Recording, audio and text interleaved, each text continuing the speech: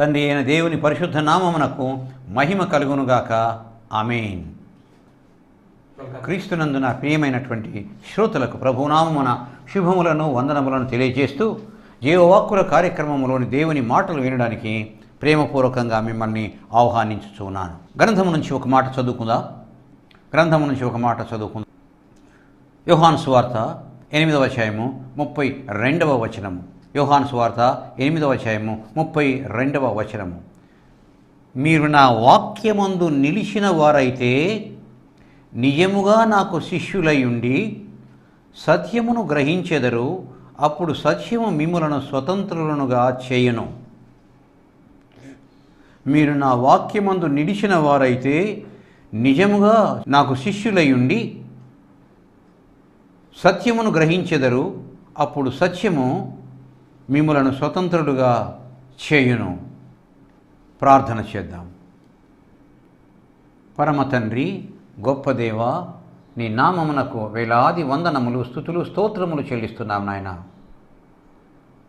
ఎన్నిసార్లు ధ్యానించినా, ఎన్నిసార్లు బోధించినా, ఎన్నిసార్లు వినినా నీ వాక్యములు ప్రభువా నాయనా జీవముంది, బలముంది, శక్తి ఉంది. బోధిస్తూనే ఉన్నావు, అనుగ్రహిస్తూనే ఉన్నావు, కనుగొనుతూనే ఉన్నామయ్యా. వందనాలు, స్తుతులు తండ్రి.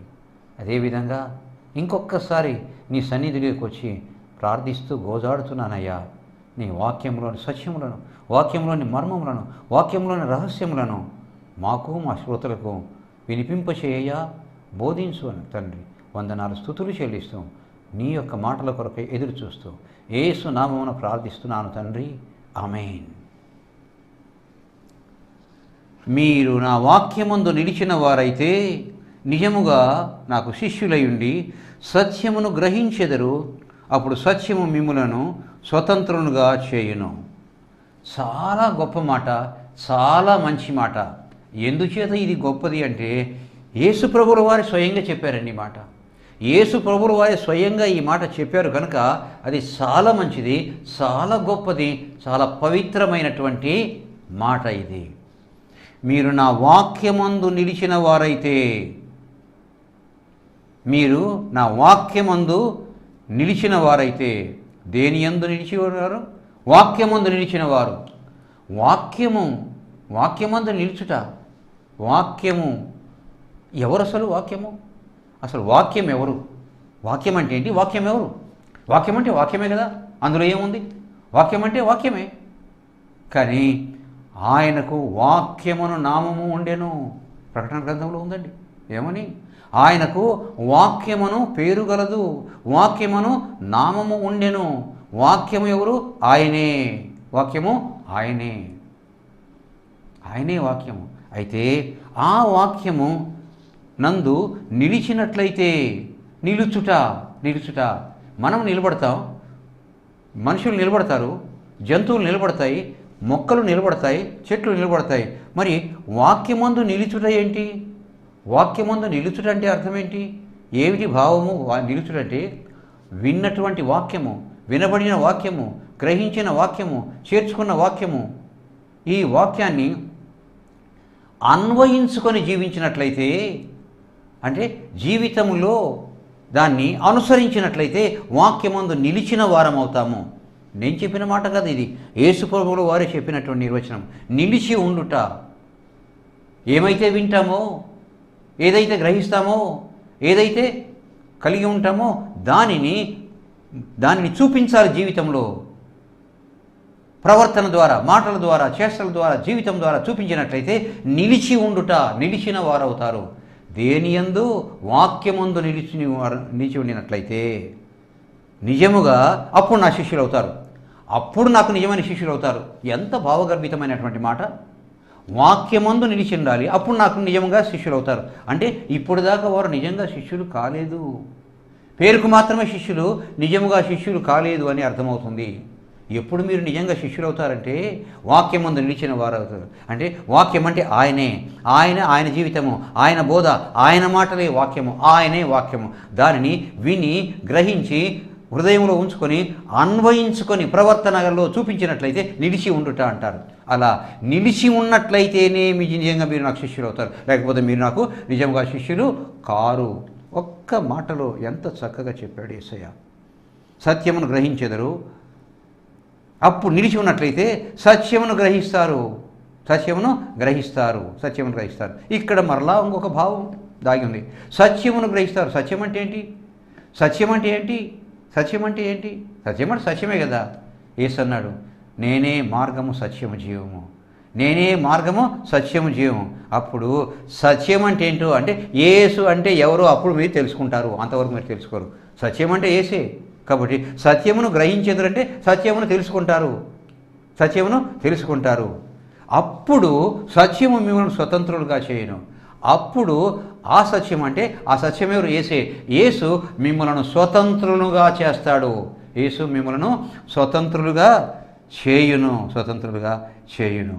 నా ప్రియమైన వారులారా, చూశారా ఎంత భావగర్భితమైన మాట. యేసయ్య ఎంత చక్కగా చెప్తాడు. ఎందుకు చెప్తాడు? ఆయన దేవుడు కాబట్టి. నీవు నేను చెప్పలేమే, ఎవరెవరో చెప్పలేరే, ఎందుకంటే ఆయన దేవుడు కాబట్టి ఈ మాటలు చెప్తాడు. ఎంత చక్కని మాట చూసారా. మీరు నా వాక్యమందు నిలిచి ఉండండి. నిలిచి ఉంటే అప్పుడు నాకు శిష్యులు అవుతారు. కాబట్టి వాక్యములో నిలిచి ఉండాలి. నిలిచి ఉంటే నిజంగా శిష్యులు అవుతారు. నిజంగా శిష్యులు అయినప్పుడు సత్యాన్ని గ్రహిస్తారు. సత్యం అప్పుడు మిమ్మల్ని స్వతంత్రులుగా చేస్తుంది, స్వతంత్రులుగా చేస్తుంది. స్వతంత్రులుగా చేయుట అంటే అర్థం ఏంటంటే దేని చేతనో బంధించబడి దేని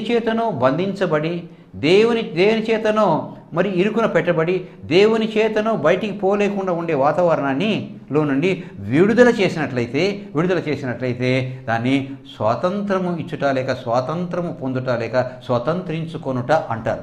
సరే, ఇంకా లోపల కొంచెం ముందుకు వెళ్దాం. నా ప్రియమైనటువంటి వారులారా, భారతదేశంలో స్వాతంత్రం వచ్చింది ఇప్పుడు ఆగస్టు 15, 1947 సంవత్సరం. అంటే ఇప్పటికీ దాదాపు 75 సంవత్సరాలు దాటిపోయింది. 75 సంవత్సరాలు దాటిపోయింది.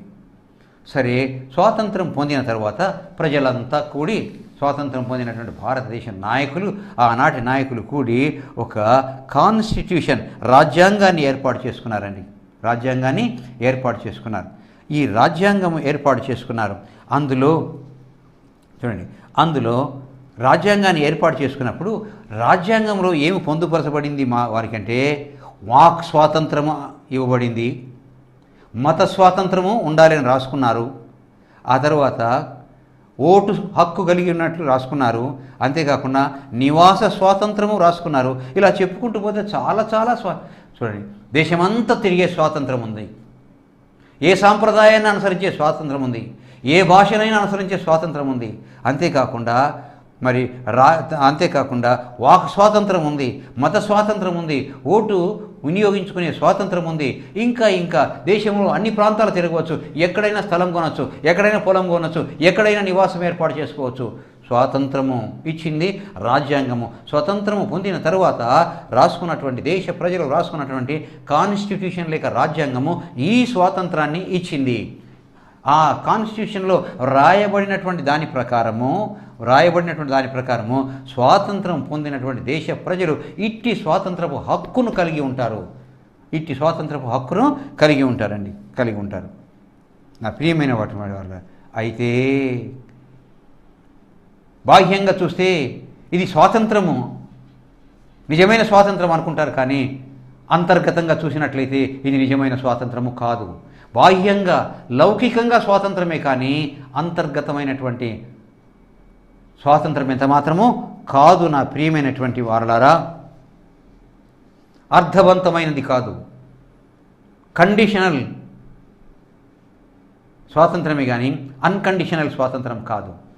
అయితే ప్రభు అంటాడు వాక్యమందు నిలిచినట్లయితే, వాక్యము నందు నిలిచి ఉండాలి, అప్పుడు శిష్యులు అవుతారు. కాబట్టి వాక్యమందు నిలిచి ఉండాలి, నిజమైన స్వాతంత్రం పొందాలి, నిజమైన స్వాతంత్రం కలిగి ఉండాలంటే వాక్యమందు నిలిచి ఉండాలి. అంటే విన్నటువంటి వాక్యమును విన్నట్టుగా అనుసరించాలి. అప్పుడు ప్రభుకు శిష్యులై ఉంటారు. అప్పుడు సత్యమేదో గ్రహిస్తారు. ఆ సత్యం ఎవరు? చూడండి, వాక్యము ఆయనే, సత్యము ఆయనే, జీవము ఆయనే, మార్గము ఆయనే. ఎప్పుడైతే మరి వాక్యం ముందు నిలిచి ఉంటారో నాకు శిష్యులై ఉంటారు. శిష్యులై ఉంటే సత్యాన్ని గ్రహిస్తారు. ఆ సత్యము అంటే మిమ్మలను స్వతంత్రులుగా చేయును. బానిసత్వపు కట్టుబాటు, బానిసత్వం నుంచి విడుదల చేస్తుంది. కాబట్టి సత్యమును మొదటి ఏంటంటే వాక్యము వినాలి. విన్న తర్వాత సత్యమును వెదకాలి, గ్రహించాలి, నమ్మాలి, అనుసరించాలి. అప్పుడు నిలిచిన వాళ్ళు అవుతారు. నిలిచినట్లయితే శిష్యులై ఉంటారు. అప్పుడు సత్యాన్ని గ్రహిస్తారు. గ్రహించిన తర్వాత సత్యము మిమ్మల్ని స్వతంత్రులుగా చేయను. క్లుప్తంగా చెప్పాలంటే స్వాతంత్రం ఇచ్చేవాడు, నిజమైన స్వాతంత్రం ఇచ్చేవాడు యేసే. క్లుప్తంగా చెప్పాలంటే నిజమైన స్వాతంత్రం ఇచ్చేవాడు యేసు తప్ప మరొకరు లేరు. ఏ రాజ్యాంగము, ఏ దేశ ప్రజలు, ఏ దేశ రాజు, ఏ దేశ ప్రధానమంత్రి, ఏ దేశ రాష్ట్రపతి కూడా ఎవరు కూడా నిజమైనటువంటి స్వాతంత్ర్యాన్ని ఇవ్వలేడు యేసు తప్ప. అయితే మన యేసు ఇచ్చే స్వాతంత్రము ఎలాంటిది? మన యేసు ఇచ్చే స్వాతంత్రానికి లౌకిక స్వాతంత్రానికి తేడా ఏంటి? మన యేసు ఇచ్చే స్వాతంత్రానికి రాజ్యాంగం ఇచ్చే స్వాతంత్రమునకు తేడా ఏంటి? మన యేసు ఇచ్చే స్వాతంత్రముకు మరి దేశ ప్రజలు ఇచ్చుకుంటున్నటువంటి స్వాతంత్రానికి ఉన్నటువంటి తేడా ఏంటి చూద్దాం. నా ప్రియమైనటువంటి వారలారా, ఏమిటి తేడా? మొట్టమొదటిది ప్రభు ఇచ్చే స్వాతంత్రము ఏంటయ్యా అంటే పాపదాస్యము నుంచి విడుదల చేయును. పాపదాస్యము నుంచి పాపము చేసినవాడు పాపానికి దాసుడు. తన పాపము నుంచి తనంతట తాను క్షమించబడి తనంతట తాను విడుదల చేసుకోలేడు ఏ వ్యక్తి కూడాను. పాపము చేసినవాడు పాపానికి దాసుడు. తనంతట తాను తన పాప దాస్యములో నుంచి తనంతట తాను విడుదల చేసుకోలేడు ఏ వ్యక్తి కూడా విడుదల చేయలేడు. ఎవరు కూడా విడుదల చేయరు. తనంతట తాను విడుదల చేసుకోలేడు. చీఫ్ మినిస్టర్ విడుదల చేయగలడా? ప్రైమ్ మినిస్టర్ విడుదల చేయగలడా? అమెరికా దేశ ప్రెసిడెంట్ విడుదల చేయగలడా? పాప దాస్యం నుంచి విడుదల చేయలేడు. ఎవరైనా చేయగలరా? దేవుళ్ళు, దేవతలు అనబడేవారు ఎవరు పాప దాస్యం నుంచి విడుదల చేయలేరు యేసు తప్ప. చేశాడా? ఎట్లా చేశాడు? నీ పాపాలు క్షమించబడినాయి, వెళ్ళు అన్నాడు. మాట ఇస్తే సరిపోయిందా? ఎట్లా విడుదల చేశాడు? ఆ పాప దాస్యములో ఉన్నటువంటి వ్యక్తి పాపపు శిక్షను అనుభవించాలి. ఆ పాపపు శిక్షను అనుభవించితే ఆ శిక్షను భరించలేడు ఆ వ్యక్తి. అందువలన అటువంటి పాప శిక్షను యేసు భరించాడు శిలువలో రక్తము కార్చి. తద్వారా ఆ వ్యక్తిని పాప దాస్యం నుంచి విడుదల చేశాడు. అదేవిధంగా నిన్ను, నన్ను, మన అందరినీ కూడా మన పాప శిక్షను ఆయన భరించి పాప దాస్యం నుంచి మనల్ని విడుదల చేశాడు. నిజమేనా ఇది? సరే, వెళ్దాం, వాక్యం లోపలికి వెళ్దాం. ప్రభువుల వారు ఒక చోట వాక్యం చెప్తున్నాడు. యూదుల ఇల్లు చాలా గొప్పవి, చాలా పెద్దగా ఉంటాయి, చాలామంది జనం కూర్చోవచ్చు. యేసు ప్రభువుల వారు ఒక యూదుని ఇంట్లో కూర్చొని వాక్యం చెప్తున్నాడు. జనం అంతా చాలామంది ఉన్నారు. తండోపతండాలుగా వచ్చి అందులో ఆ ఇంట్లో కూర్చున్నారు. ఇంకా ఎవరు పోవడానికి వీలు లేనంత, ఎవరు వెళ్ళడానికి సందు లేనంత, ఎవరు వెళ్ళడానికి స్థలము లేనంత కిక్కిరిసి ఉంది. ఒక వ్యక్తిని కొంతమంది మోసుకొని వచ్చారు. దేని మీద? మంచం మీద మోసుకొని వచ్చారు. అక్కడికి వచ్చిన తర్వాత యేసుప్రభు దగ్గరికి తీసుకొని వెళ్ళి ఆ పక్షవాతంతో ఉన్నటువంటి వ్యక్తిని స్వస్థపరచుకోవడానికి తీసుకొని వచ్చారండి. అక్కడికి వెళ్ళేటప్పటికల్లా ఆ ఇంటిలోనికి పోవడానికి వీలు లేకుండా ఉంది. వాళ్ళు ఎంత ధైర్యం చేశారంటే, ఎంత విశ్వాసం వారిలో ఉందంటే, ఆ ఇంటి మీదకి ఎక్కి పైన కప్పు తీసి ఆ కప్పు తీసినటువంటి స్థలంలో నుంచి ఆ తాళ్లతో ఆ మంచంలో ఉన్నటువంటి వ్యక్తిని అలాగే దించుతారు యేసయ్య దగ్గరికి. దించిన వాళ్ళు ఎందుకు దించారు? పక్షవాతం నుంచి బాగు చేయించుకోవడానికి. అయితే ప్రభు అంటాడు, ప్రభు ఏమనంటే, నీ యొక్క విశ్వాసము గొప్పది, మీ విశ్వాసాన్ని మెచ్చుకుంటున్నాను, బాగైంది, నీ మంచం ఎత్తుకొని అనొచ్చు కదా. అనలేదండి. అంటాడు అక్కడ మార్క్స్ వార్త 2వ అధ్యాయము 5వ వచనంలో, మార్క్స్ వార్త 2వ అధ్యాయము 5వ వచనంలో, కుమారుడా నీ పాపములు క్షమించబడి ఉన్నవి. కుమారుడా నీ పాపములు క్షమించబడి ఉన్నవి. వాళ్ళు పాపాలు క్షమించబడడానికి తెచ్చారా, స్వస్థపరచడానికి తెచ్చారా? పాపాలు క్షమించబడడానికి తెలియదు, స్వస్థపరచుకోవడానికి తీసుకొచ్చారు. అయితే స్వస్థపరచడము కష్టమైనటువంటి పని కాదు, సులభంగా చేస్తాడు యేసయ్య. అయితే దానికంటే ముందు పాపాలు అతని స్వస్థపరచడానికి అతని పాపాలు క్షమించబడి పవిత్రుడు కావాలి, పరిశుద్ధుడు కావాలి. అప్పుడే అప్పుడే అతను స్వస్థపరచడం జరుగుతుంది. పాపములు క్షమించబడకుండా ఆ స్వస్థత కార్యక్రమం చేయడు. అది ప్రాముఖ్యం యేసయ్యకు, ఇది కాదు. అందువలన స్వస్థత హృదయము ఉండాలి. అందువలన అంటాడు, కుమారుడా నీ పాపాలు క్షమించబడిన లేచి నీ మంచం ఎత్తుకొని పో అన్నప్పుడు వెంటనే లేస్తాడు, మరి నిలబడతాడు, ఆ మంచం ఎత్తుకుంటాడు, బయలుదేరి బయటికి వెళ్ళిపోతాడు. పాపాలు క్షమించబడ్డాయి. అలాగే ఇంకొక చోట కూడా, కుమారి నీ పాపాలు క్షమించబడ్డాయమ్మా, వెళ్ళు. ఇంకొక చోట పాపాలు క్షమించబడిన తర్వాత ఇతడును అబ్రహాము కుమారుడే కదా అంటాడు. ఇంకొక చోట పాపాలు క్షమించిన, ఇదిగో ఈమె అబ్రహాము కుమార్తె కదా అని చెప్పేసి ప్రభువు పాపాలను క్షమిస్తాడు. పాప దాస్యము నుంచి విడుదల చేయగలిగినటువంటి శక్తి కలిగినటువంటి కేవలము యేసు ఒక్కడే. లోకంలో ఏ దేవుళ్ళనబడినటువంటి దేవుళ్ళలో ఏ ఒక్కరు కూడా పాపాన్ని క్షమించినటువంటి దేవుడు లేడు, యేసు తప్ప. పాపదాస్యము నుంచి విడుదల చేయగలిగి స్వతంత్రాన్ని ఇచ్చేది, స్వాతంత్రాన్ని ప్రసాదించేది యేసు ఒక్కడే. ఆ స్వాతంత్రం గొప్పది కానీ రాజ్యాంగం ఇచ్చే స్వాతంత్రమా? ఏ రాజ్యాంగమైన పాపం నుంచి విడుదల చేయగలదా? ఏ నాయకుడైనా చేయగలడా? ఏ చీఫ్ మినిస్టర్ అయినా చేయగలడా? ఏ ప్రధానమంత్రి అయినా చేయగలడా? ఎవరు చేయలేరు, మన యేసు తప్ప. ఎవరు చేయలేరు, మన యేసు తప్ప. రెండవ మాట నాశనము నుండి విడుదల చేసి స్వతంత్రాన్ని ఇస్తాడు. నాశనము నుండి విడుదల చేసి స్వాతంత్ర్యాన్ని ఇస్తాడు. ఆయన ఇస్తాడు. నా ప్రియమైన వారలారా, ఇక్కడ లూకాసు వార్త 15వ అధ్యాయానికి వెళ్దాం. లూకాసు వార్త 15వ అధ్యాయానికి వెళ్దాం. అక్కడ 3 ఉపమానాలు ప్రభువుల వారు చెప్తారు. ఏంటంటే, పోగొట్టుకొనబడినటువంటి నాణెము, తరువాత దానికి ముందు తప్పిపోయిన గొర్రె, తరువాత మూడవది తప్పిపోయిన కుమారుడు. ఒకటేమో పోగొట్టుకొనబడింది, తనంతట తను పోలేదు, ఎవరో పోగొట్టుకున్నారు, దాన్ని పోయింది, జీవము లేదు. కాబట్టి ఎక్కడ పడిందో, ఎవరు పోగొట్టుకున్నారో, ఏ మట్టిలో ఏ ధూళిలో పడిపోయిందో దానికి తెలియదు, ఎందుకంటే జీవం లేనిది. ఎవరో పోగొట్టుకున్నారు, అది పోగొట్టుకునబడింది, ఎక్కడో పడింది, ఇంట్లో దుమ్ము చెత్త ధూళి దాని మీద ఉంది, కనపడడం లేదు. పోగొట్టుకున్నటువంటి వ్యక్తి ఏం చేస్తుంది తెలుసా? ముందు చూస్తారు, కనపడదు. దీపం బట్టి వెలుగులో చూస్తారు, కనపడదు. ఆ తర్వాత చీపురు తీసుకొచ్చి దీపపు వెలుగులో ఊడ్చగా దొరుకుతుంది. అంటే ఒకవేళ ఆ వ్యక్తి చూడకుండా, దీపం తేకుండా, ఊడవకుండా ఉన్నట్లయితే అది నాశనమైపోయేది, పతనమైపోయేది, యూజ్లెస్గా పడి ఉండేది, ఎవరికి నిరుపయోగమైందిగా నాశనమైపోయేది. రెండవది తప్పిపోయిన గొర్రె తప్పిపోయింది.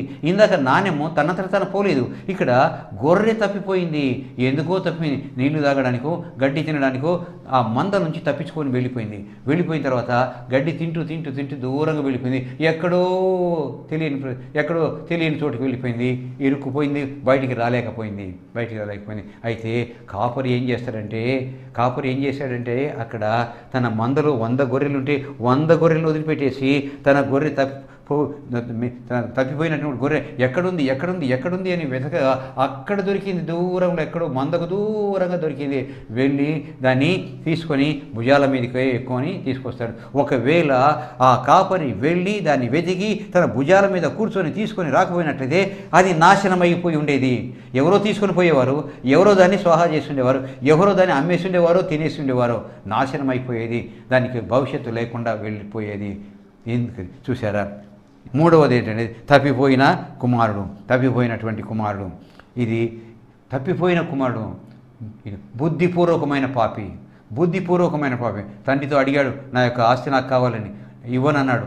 కావాలి అన్నాడు. ఇవ్వనన్నాడు. కావాలి అన్నాడు. చివరి తండ్రి ఇచ్చాడు, తీసుకున్నాడు, అమ్ముకున్నాడు, వెళ్ళాడు డబ్బుతో, ఎక్కడికో వెళ్ళాడు, జీవితాన్ని అనుభవించాడు. మొత్తము అయిపోయింది, ఏమీ లేదు తినడానికి. ఒంటి మీద ఉండే బట్టలు చిరిగిపోయినాయి, మాసిపోయినాయి, తల చెదిరిపోయింది. ఆ తర్వాత బక్క చిక్కిపోయాడు, ఏమాత్రము మంచిగా లేడు. బుద్ధిపూర్వకమైన పాపి, బుద్ధిపూర్వకమైనటువంటి పాపి. అప్పుడు బుద్ధి వస్తుంది. ఎప్పుడు ఏంటి, తినడానికి తిండి లేక, కట్టుకోవడానికి బట్ట లేక, ఆ విధమైన స్థితిలో బుద్ధి వస్తుంది. నా తండ్రి ఇంట అనేక మంది సేవకులు ఉన్నారు, దాసులు. నేను నా తండ్రి ఇంటికి దాసునిగా చేరిన దాసునిగా పనిచేసిన నాకు ఆహారం దొరుకుతుందని చెప్పి తిరిగి వస్తాడు. అయితే అక్కడికి వచ్చి తండ్రితో అంటాడు, నేను బుద్ధిహీనమైన పని చేశాను, నీకు దేవునికి వ్యతిరేకంగా, నీ కుమారుని అనిపించడానికి యోగ్యత లేదు అని చెప్పేసి అన్నప్పుడు తండ్రి చేర్చుకుంటాడు, కౌగలించుకుంటాడు, హత్తుకుంటాడు, ముద్దు పెట్టుకుంటాడు, తిరిగి ఇంట్లోకి ఆహ్వానిస్తాడు. ఆహ్వానం తర్వాత గొప్ప విందు చేస్తాడండి. గొప్ప విందు చేస్తాడు. సంతోషంలో, కుమారుడు వచ్చిన సంతోషంలో గొప్ప విందు చేస్తాడు. ఓకే, చూసారా? ఇందులో నేర్చుకోవాలి సత్యం ఏంటంటే, ఈ ఉపమానాలు యేసు ప్రభువు ఎందుకు చెప్పారంటే ఆయన యొక్క ప్రేమ పోగొట్టుకొనబడిన నాణెము బుద్ధిహీనమైంది, తప్పిపోయిన గొర్రె పోగొట్టుకొనబడిన నాణెము బుద్ధి లేదు. గొర్రెకు బుద్ధి ఉంది, తక్కువ ఉంది. అయితే కుమారునికి బుద్ధిపూర్వకంగా వెళ్ళాడు. అయితే ఆయన ప్రేమ ఎటువంటిదంటే, అజ్ఞాన పాపి అయినటువంటి పాపికి ఉదాహరణ సాదృశ్యమైనటువంటి నాణ్యము చేర్చుకోబడి నాశనము నుంచి జీవములోకి చేర్చుకోబడింది. తప్పిపోయినటువంటి గొర్రె నాశనము నుంచి విడుదల చేయబడింది. బుద్ధిపూర్వకంగా వెళ్ళిపోయినటువంటి తప్పిపోయిన కుమారుడు నాశనం నుంచి తిరిగి చేర్చుకునబడ్డాడు. ఎందుచేతనంటే ఈ ప్రేమ ఉంది కాబట్టి తండ్రికి యజమానికి ప్రేమ ఉంది కాబట్టి ఆ తండ్రి, ఆ యజమాని, ఆ ప్రేమ చూపినటువంటి వ్యక్తి ఎవరంటే ఎవరో కాదు, యేసు ప్రభువే. తన ప్రేమను చూపించడానికి, తన ప్రేమను తెలియజేయడానికి, తన ప్రేమను బోధించడానికి ఈ 3 ఉపమానాలు చెప్తాడు యేసు ప్రభుల వారు.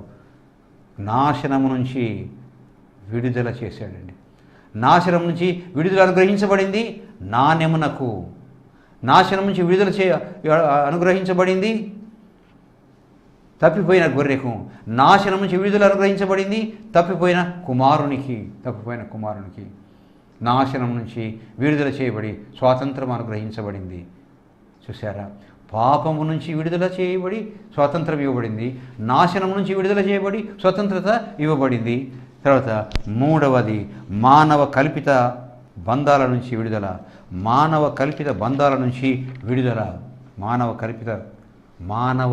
కల్పించినటువంటి బంధాలు ఉంటాయండి. మానవులు ఏర్పరిచిన బంధాలు ఉంటాయండి. మానవ కల్పిత బంధాలు ఉంటాయండి. దాని నుంచి విడుదల చేయగలిగింది యేసు ఒక్కడే. విడుదల చేసి స్వతంత్రము ఇవ్వబడింది. ఇచ్చేది ఆయనే.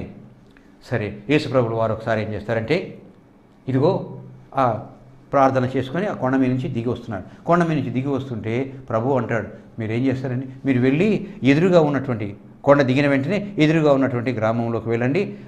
ఆ మొట్టమొదట కనిపించే గృహము దగ్గర కట్టబడినటువంటి గాడిద పిల్ల ఉంటుంది. గాడిద పిల్ల కట్లు విప్పి తీసుకొని రండి. ఎవరైనా ఎందుకు విప్పుతున్నారని చెప్పేసి, ఎవరైనా ఎందుకు విప్పుతున్నారంటే అది ప్రభువుకు కావాలి, మేము తీసుకుపోతున్నామని చెప్పండి అంటారు. సరే, దిగుతారు, వెళ్తారు, చూస్తారా అక్కడ యేసు చెప్పినట్టుగా గాడిద పిల్ల కట్టబడి ఉంటుంది. దాన్ని విప్పుతూ ఉంటారు. ఆ యజమానులు వచ్చి అడుగుతారు, ఎందుకు మీరు విప్పుతున్నారంటే ఇది ప్రభువుకు కావాలి, తెమ్మన్నాడు, తీసుకొని పోతున్నాం. వారు ఏం మాట్లాడలేదు, తీసుకొని వస్తారు. చూసారా? మానవ కల్పిత బంధాల నుంచి, కట్టుబాట్ల నుంచి, కల్పిత బంధాల నుంచి విడుదల చేయబడింది, స్వాతంత్రం ఇవ్వబడింది. ఎప్పుడైతే ఆ బంధాల నుంచి విడుదల చేయబడి స్వాతంత్రం ఇవ్వబడుతుందో విలువ వస్తుంది, దానికి గౌరవం వస్తుంది, దానికి విలువ వస్తుంది. నీకు, నాకు, ఆ గాడిద పిల్లకు, ఏ వ్యక్తికైనా సరే విడుదల వస్తుంది. సరే, ఇక్కడ జరిగింది ఏంటంటే, వెళ్తారు, తీసుకొని వస్తారు, శుభ్రం చేస్తారు, దాని మీద బట్టలు పరిచిన తర్వాత ఆయనను కూర్చోబెట్టి యెరూషలేము పట్టణానికి తీసుకుపోతారు. పోతూ ఉంటే అక్కడ యేసు వచ్చినప్పుడు కొమ్ములు పరిచారు, రెమ్మలు పరిచారు, ఆకులు పరిచారు, దారి పొడుగున బట్టలు పరిచారు. దాని మీద గాడిద ప్రయాణం చేస్తుంది. గాడిద మీద యేసు ఉన్నాడు. వింజామరులు వీస్తారు. చూసారా? గాడిదకి ఎంత విలువ వచ్చిందో. ఎందుకు విలువ వచ్చిందంటే యేసు దాని మీద ఉన్నాడు. అంతేకాకుండా దాని యొక్క కట్టుబాట్ల నుంచి, కల్పిత బంధాల నుంచి విడుదల చేయబడింది. ఒకవేళ విడుదల చేయబడిపోయినట్లయితే ఈ స్వాతంత్రం పొంది ఉండేది కాదు. ఆ విలువ, ఆ గౌరవం ఎంత మాత్రమో వచ్చి ఉండేది కాదు. చూచారా? వచ్చి ఉండేది కాదు. నా ప్రియమైనటువంటి వారలారా, తర్వాత 4వది అపవాది బంధకాల నుంచి విడుదల. అపవాది బంధకాల నుంచి విడుదల. అపవాది బంధకాల నుంచి విడుదల. విడుదల విడుదల యేసు ప్రభుల వారు సమాజ మందిరంలో బోధించడానికి వచ్చాడు. ఆయన బోధిస్తున్నప్పుడు అక్కడ వాళ్ళందరూ శాస్త్రులు, పరిచయులు, సద్దుకాయలు వాళ్ళందరూ ఏం చేశారంటే ఒక ఆమెను తీసుకొస్తారు. అక్కడికి తీసుకొచ్చినప్పుడు సరే యేసు ప్రభు బోధించడం అయిపోయింది, అక్కడ బయటకు వస్తాడు. వచ్చిన తర్వాత వాళ్ళు అడుగుతారు, బోధకుడా ఈమె తప్పు చేసింది, ఈమె పాపం చేసింది, మరి మోషే చెప్పాడు రాళ్లతో కొట్టి చంపమని, ఆమెను తీసుకొచ్చాము రాళ్లతో కొట్టి చంపాలని, నువ్వేమంటావు? మాట్లాడు యేసయ్య. బోధకుడా నువ్వేమంటావు? మాట్లాడు యేసయ్య. మరోసారి మూడోసారి బోధకుడా ఏమంటావు? తల ఎత్తి పాపం చేయని వాడు రాయి వేయండి. ఎవరు రాయి వేయలేరు, అంత పాపం చేసిన వాళ్ళే, అంత వెళ్ళిపోతారు. అంటే మోషే చెప్పినటువంటి ఆ సాంప్రదాయాన్ని, మోషే చెప్పినటువంటి ఆ మాటలకు బంధించబడినటువంటి ఆ వారు ఆమెను చంపాలని సిద్ధపడతారు. అయితే యేసు ఆ బంధకాల నుంచి విడుదల చేస్తాడు. ఏమంటాడు? మీలో పాపం చేయని వాడు రాయి వేయండి అంటే ఎవరు రాయి వేయరు, వెళ్ళిపోతారు. అప్పుడు యేసు తల ఎత్తి ఏమంటాడంటే, యేసు తల ఎత్తి అమ్మా వారు నీకు శిక్ష విధించలేదా? అందుకు యేసు తల ఎత్తి, ఇది ఎక్కడుంది? యోహాను సువార్త 8వ అధ్యాయము 10-11 వచనాల్లో ఉంది. యేసు తల ఎత్తి, అమ్మ వారెక్కడ ఉన్నారు, ఎవరు నీ శిక్ష విధించలేదా అని అడిగినప్పుడు ఆమె లేదు ప్రభువా నేను. అందుకు యేసు, నేనును నీకు శిక్ష విధించను, ఇక వెళ్ళి పాపం చేయొద్దు. మోషే చెప్పినాడు కదా అని చెప్పేసి సాంప్రదాయంగా ఆ బంధకాలతో వారు ఆమెను చంపాలనుకుంటే ఆ బంధకాల నుంచి విడుదల చేసి స్వాతంత్రము ఇచ్చాడు. అలాగే ఇంకొక మాట, అపవాది బంధకాల నుంచి విడుదల చేస్తాడు. ఒకసారి యేసు ప్రభు దగ్గరికి ఒక ఆమెను తీసుకొస్తారు. ఏంటంటే సైతాను పట్టింది, అపవాది ఆమెను తీసుకొస్తారు. పట్టినప్పుడు చూడండి, 18 ఏండ్ల నుండి బలహీనపరచు దయ్యము పట్టిన ఒక స్త్రీ అచ్చటి నుండెను. యేసు ఆమెను చూచి రమ్మని పిలిచి అమ్మ నీ బలహీనత నుంచి విడుదల పొంది ఉన్నావని ఆమెతో చెప్పి ఆమె మీద చేతులు ఉంచగా ఆమె చక్కగా నిలబడెను.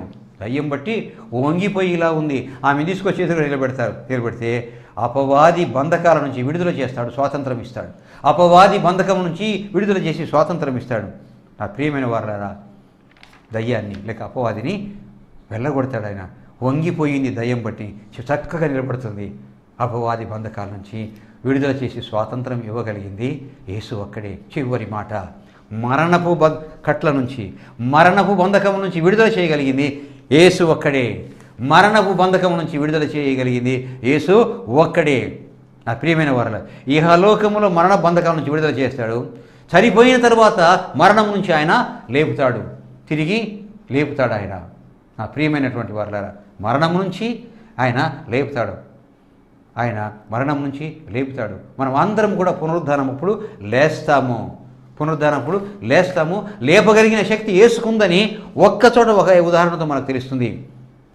ఒక్క మాటలో ముగిస్తాను. నా ప్రియమైన వారలారా, ఎక్కడ పాతి పెట్టారు లాజరును? రండి పోదకుండా రండి అని చెప్పేసి తీసుకుపోతారు సమాధి దగ్గరికి. రాయి తీయండి అంటాడు. ఇదంతా ఉదంతం ఎక్కడ రాయబడింది అంటే యోహాను సువార్త 11వ అధ్యాయంలో. రాయి తీయండి అంటే మార్త వచ్చాను, ప్రభువా 4 దినాలు అయిందా కూలిపోయి ఉంటాడు. నమ్మితే నువ్వు దేవుని మహిమ చూస్తావు అన్నప్పుడు మౌనం అయిపోతుంది. తీయండి రాయి. తీసిన తర్వాత లాజరు బయటికి రా అంటాడు. అయిన తర్వాత అలాగే లేచి వస్తాడు. కట్లు కట్టినటువంటి అట్లట్టే ఉంటాయి. అప్పుడు అంటాడు, కట్లు విప్పండి. అంతటా యేసు, యోహాను సువార్త 11వ అధ్యాయం 44వ వచనంలో, అంతటా యేసు అతని కట్లు విప్పి పోనీయుడని వారితో చెప్పెను. మరణపు కట్ల నుండి విడుదల చేసి స్వాతంత్రాన్ని ఇవ్వగలిగినటువంటి గొప్ప దేవుడు, స్వాతంత్ర ప్రదాత మన యేసయ్య. చూశారా ఎంత చక్కని మాటలు. మీరు నా వాక్యమందు నిలిచిన వారైతే నిజముగా నాకు శిష్యులయ్యండి, సత్యమును గ్రహించెదరు, అప్పుడు సత్యము మిమ్మలను స్వతంత్రులుగా చేయును. సత్యము మాత్రమే స్వతంత్రులుగా చేస్తుంది. మన యేసు మాత్రమే స్వతంత్రులుగా చేయగలడు, స్వాతంత్ర్యము ఇవ్వగలడు. లోకం ఇచ్చినట్టు స్వాతంత్రం కాదు, రాజ్యాంగం ఇచ్చినట్టు స్వాతంత్రం కాదు, దేశ నాయకులు ఇచ్చే స్వాతంత్రము కాదు, ఇతర దేశస్తులు ఇచ్చే స్వాతంత్రం వంటి స్వాతంత్రము కాదు. మన యేసు ఇచ్చే స్వాతంత్రము అంత గొప్ప స్వాతంత్రము. ఎప్పుడు సత్యాన్ని గ్రహించినప్పుడు మాత్రమే స్వాతంత్రము యేసు అనుగ్రహిస్తాడు. ప్రార్థన చేద్దాం.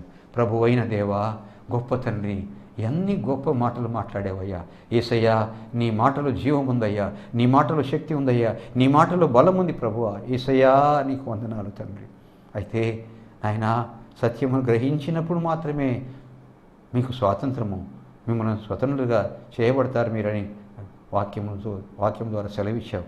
నీవు మాట్లాడిన మాటలను బట్టి, వినిపించిన మాటలను బట్టి మీకు వందనాలు స్తుతులు చెల్లిస్తూ ప్రభువా, ఆయన నీకు శిష్యులై ఉండడానికి సత్యమును గ్రహించాలి, అనుసరించాలి, నిలిచి ఉండాలి ప్రభువా. సత్యం స్వతంత్రులుగా చేయరని చెప్పావు నాయన. నీవే సత్యము, నీవే విడుదల చేయగలవు ప్రభువా. అయితే సత్యాన్ని గ్రహించగలిగిన స్వభావము, సత్యాన్ని గ్రహించగలిగిన జ్ఞానము, వివేకము మాకు, మా శ్రోతలకు ప్రసాదించమని వందనాలు స్తుతులు చెల్లిస్తూ విన్న మా శ్రోతలను ప్రభువా మీ పాదము చెంత మీకు సమర్పించుకుంటూ యేసు గొప్ప నామమును అడిగి వేడుకుంటున్నాము తండ్రి. ఆమేన్. తండ్రి, కుమార, పరిశుద్ధాత్మ త్రియేకదేవుని దీవెనలు మా శ్రోతలు అనుగ్రహించబడునుగాక. ఆమేన్, ఆమేన్, ఆమేన్.